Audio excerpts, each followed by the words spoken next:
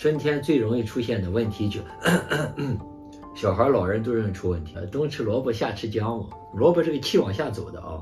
实际上高级的萝卜应该是白萝卜。首先说，我建议大家能自己种点白萝卜，尽可能不要买白萝卜吃。如果你周边有菜农或者说有农民，他愿意种萝卜，你可以让他给你种点白萝卜，跟他说不要加化肥。白萝卜它是真正的我们所说的萝卜，通气的，而且萝卜全身都能给我们滋养，包括萝卜缨子。春天最容易出现的问题就小孩老人都容易出问题。把萝卜缨子处理好了，加冰糖煮水，一喝就好。这个尤其是小孩，不能是随便揪一把干萝卜叶子啊，它需要做一个处置叫泡制。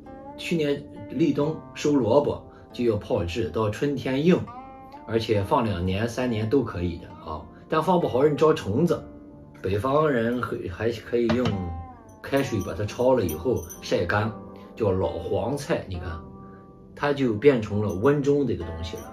是的。